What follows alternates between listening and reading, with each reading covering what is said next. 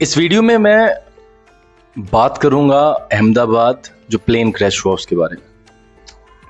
AAIB की report आई है और यह रिपोर्ट काफ़ी चौंकाने वाली है।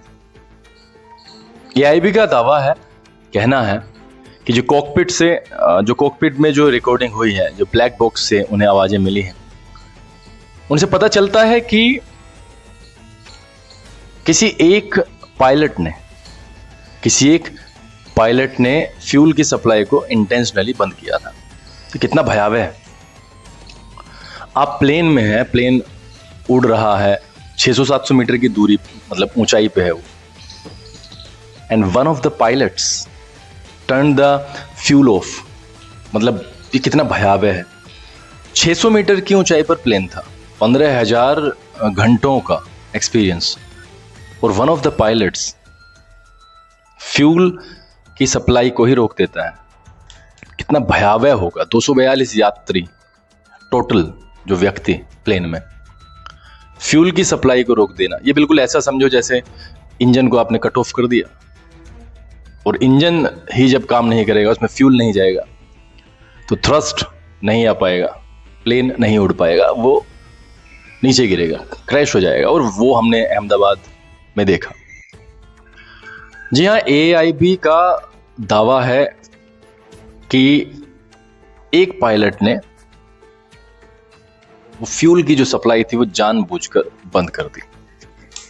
जी हाँ, AIB का दावा है कि जो एक पायलट थे, उनमें 2 पायलट्स में से एक पायलट ने फ्यूल की सप्लाई को जानबूझकर बंद कर दिया। कितना भयावह लगता है सुनने में। द वॉल स्ट्रीट जर्नल ने दावा किया कि सुमित समरवाल जो पायलट थे, उन्होंने वो चीजें की जो नहीं करनी चाहिए थी, उन्होंने वो कट ऑफ किया। हालांकि भारतीय सरकार ने अब तक इस पर कोई प्रतिक्रिया नहीं दी है, लेकिन जो पायलट की एसोसिएशन है, जो पायलट्स एसोसिएशन है भारत में, उन्होंने इस पर काफी ज्यादा आपत्ति दर्ज कराई है। भारतीय पायलट संघ का आपत्ति दर्ज कराने का अपना एक रीजन भी है, क्योंकि ये सोचने में भी बड़ा अचंभा देने वाला है कि कोई किस तरीके से फ्यूल सप्लाई को रोक सकता है। और हमने देखा कि 242 में से 241 लोगों की जान चली गई। किस तरीके से वो तड़प करके मरे होंगे, जिंदा जल गए। कितना भयावह है, यह सोचकर भी लगता है कि आप one of the safest mediums में सवारी करते हो और आप इस तरीके की मृत्यु को प्राप्त हो जाते हो। आपको ये जानकर हैरानी होगी कि पिछले 5 साल में 65 बार इंजन बंद होने की घटनाएं, इंजन फेल होने की घटनाएं सामने आई हैं। जहां एक RDI से खुलासा हुआ है कि पिछले 5 सालों में ऐसे केसेस 65 बार हुए। यानी बोइंग के जो विमान हैं, उनमें तकनीकी खराबी तो आती रही है।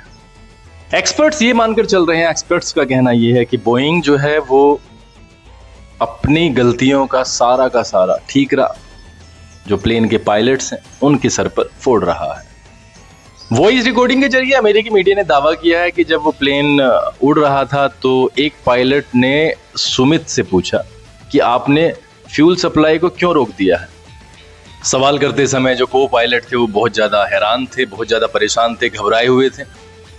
लेकिन दूसरे जो पायलट थे, सुमित, वो बिल्कुल शांत थे। सुमित एयर इंडिया विमान के सीनियर पायलट थे, 15,000 घंटों का अनुभव, और को पायलट क्लाइव कुंदर के पास भी 3,400-500 घंटों का उड़ान का अनुभव था। इससे पहले 12 जुलाई को AIB ने प्रारंभिक रिपोर्ट में दावा किया था कि जो इंजन था वो रन मोड से कट ऑफ मोड में चला गया था, जो सिर्फ बंद करने से हो सकता है।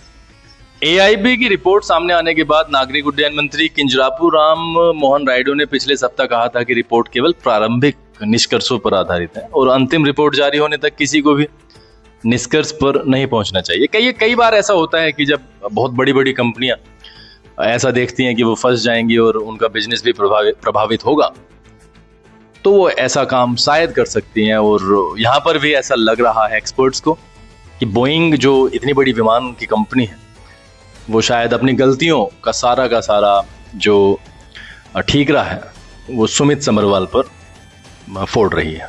खैर जो भी हुआ, जिस कारण भी हुआ, बड़ा दर्दनाक हुआ, बहुत ज़्यादा भयावह हुआ। 242 लोग सवार थे, सिर्फ एक यात्री बच पाए। 241 लोगों की दर्दनाक मौत हो गई। ये ऐसी घटना है जो सालों साल तक याद रखी जाएगी। और ऐसा अगर रिपोर्ट जैसा बता रही है और अगर ऐसा सच निकलता है तो ये घटना और भी ज़्यादा भयावह हो जाती है, क्योंकि फिर इसका एक दूसरा मापदंड होगा कि क्यों सुमित सभरवाल ने वो इंजन को रन मोड से कट ऑफ मोड में कि क्यों पायलट सुमित सभरवाल ने ऐसा किया कि इंजन की सप्लाई, यानी कि इंजन में फ्यूल जाने की सप्लाई को ही रोक दिया। ये काफ़ी रहस्यमय चीज़ें हो सकती हैं। तो इंतज़ार रहेगा कि कब तक ये फाइनल रिपोर्ट आती है और कब तक सच्चाई दुनिया के सामने आती है, भारत के सामने आती है। हमें पूरा विश्वास है कि जो रिपोर्ट्स हैं वो तथ्यों के आधार पर होंगी, इसमें निष्पक्ष जांच होगी।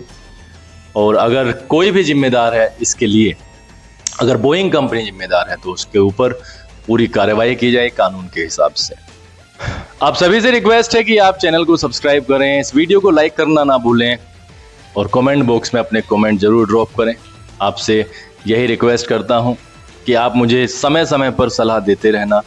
मैं मेहनत कर रहा हूं, पूरी तरीके से फैक्ट्स के आधार पर आपके सामने आता हूं और चीज़ों को सीख रहा हूं, ये सबसे बड़ी बात है। आप अगर इसमें जुड़ जाते हैं और मुझे थोड़ा सा गाइडेंस आप देते हैं तो वीडियोज़ और बेहतर चली जाएंगी। स्टूडियो सेटअप होने वाला है, तो आपसे यही रिक्वेस्ट है कि आप साथ देते रहिएगा, सब्सक्राइब बटन ज़रूर दबाना और चीज़ों को ऐसे ही रखना जैसे वो चल रही हैं। ईश्वर से प्रार्थना है कि आप हमेशा खुश रहें, आपका परिवार संपन्न रहे और आप हमेशा ऐसे ही प्रगति करते रहें।